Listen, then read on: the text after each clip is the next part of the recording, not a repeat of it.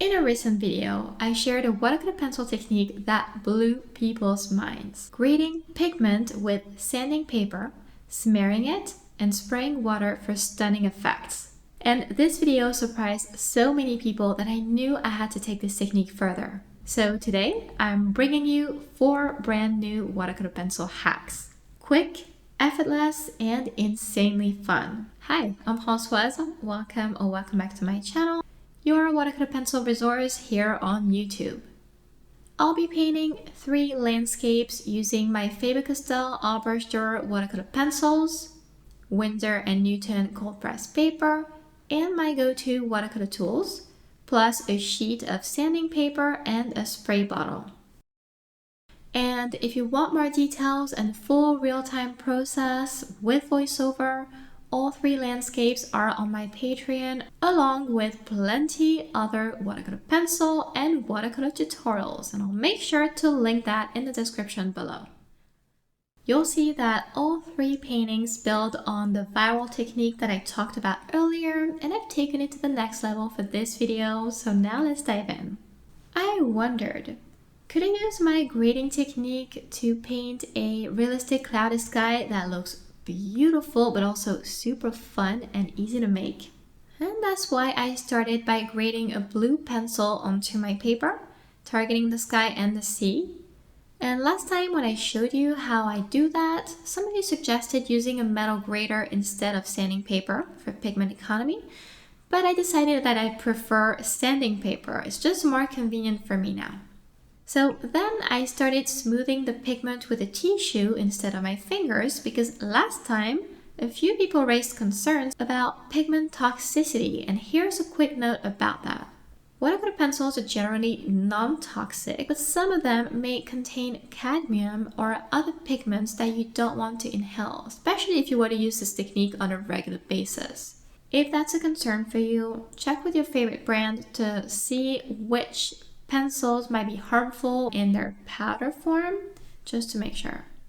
And also, using a tissue instead of your fingers will not only keep your skin clean, it will also avoid grease getting on the paper, if that's another concern of yours. So thank you to the few people who brought this up last time, and as far as I'm concerned, I found that using a tissue instead of my fingers didn't make a big difference at all, and I actually enjoy it very much, so I'm gonna keep doing that.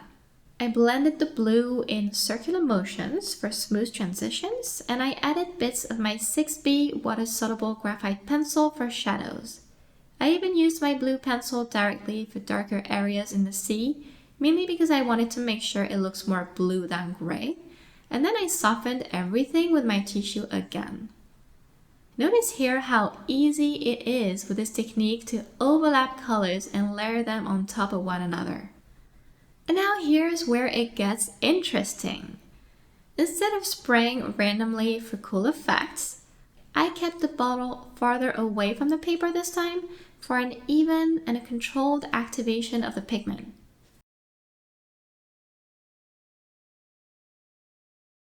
Then I used a small paintbrush to fine-tune the clouds. I even lifted pigment in some areas and I softened edges in others. And now check this out. I managed to create a soft, smooth, and realistic sky in minutes with watercolor pencils and hardly any mess. And of course, I wanted to experiment some more because I've been having fun with this technique. I think there's a lot more to discover, so here is what I've tried next. Once the background was dry, I used an eraser to lift pigment for subtle highlights in the sea.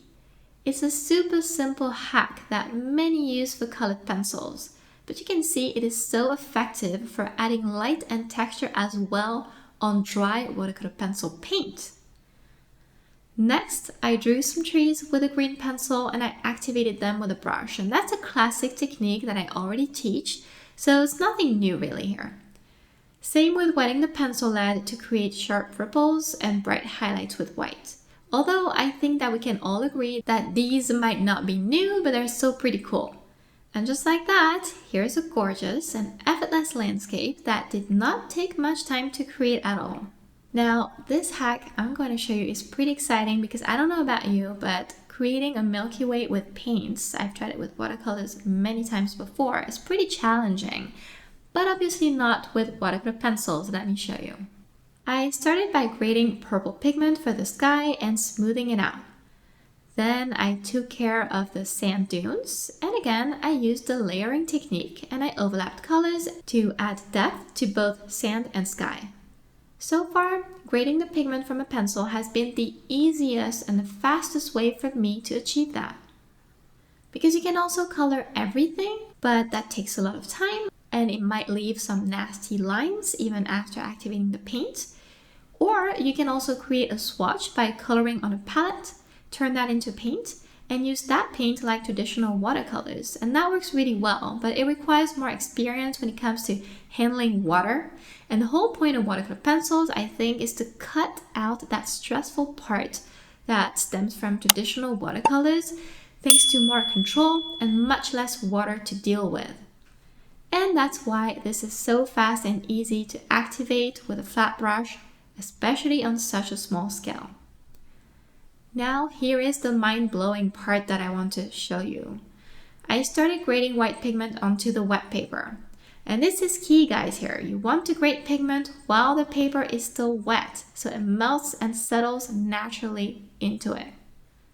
The pigment stays exactly where you put it, unlike my experience of painting Milky Ways with watercolor and wet gouache. And that makes it way easier to control how the painting should look like and how much pigment is needed and where. Then I activated the dunes separately. I also added some white gouache for the stars, and that was it. The easiest Milky Way ever. For the last landscape, I wanted to go for more colors and try something a little bit daring. Let me show you. I layered pinks, blues in the sky and water, and also yellows and burnt umber in the sand. Then, instead of activating color bit by bit, this time I used my one flat paintbrush to blend everything smoothly in one shot. And it works. Now watch out for this though. This is going to work best for soft and solid or gradient backgrounds. That's why I didn't try it with the sand dunes. I could have, and I probably will in the future when I master this hack. What I noticed is that you have to make sure that your brush is wet enough to glide on paper effortlessly without you having to disturb the pigment, without you having to press at all, in fact. But also, don't wet it too much so that colors don't start bleeding into each other, ending up all over the place, and that you even have puddles in the end. And finally, work quickly to prevent harsh edges from drying too soon, especially when you need to rinse one color off the brush so you can keep activating another part. You can still rearrange whatever you want with another brush, like I showed you when I refined the clouds on the first painting, but the whole point here is to practice doing this in one go.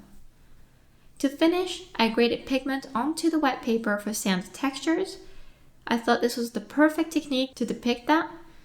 Then I drew mountains and rocks, and I first did it on wet paper, and the lead dissolved as I drew, which was intended, but then it was too dry to continue. So I just dipped the lead in water instead to keep the effect strong, and the outcome was the same. Again, those are common techniques I always use, and you can see we can really do anything when we combine them all.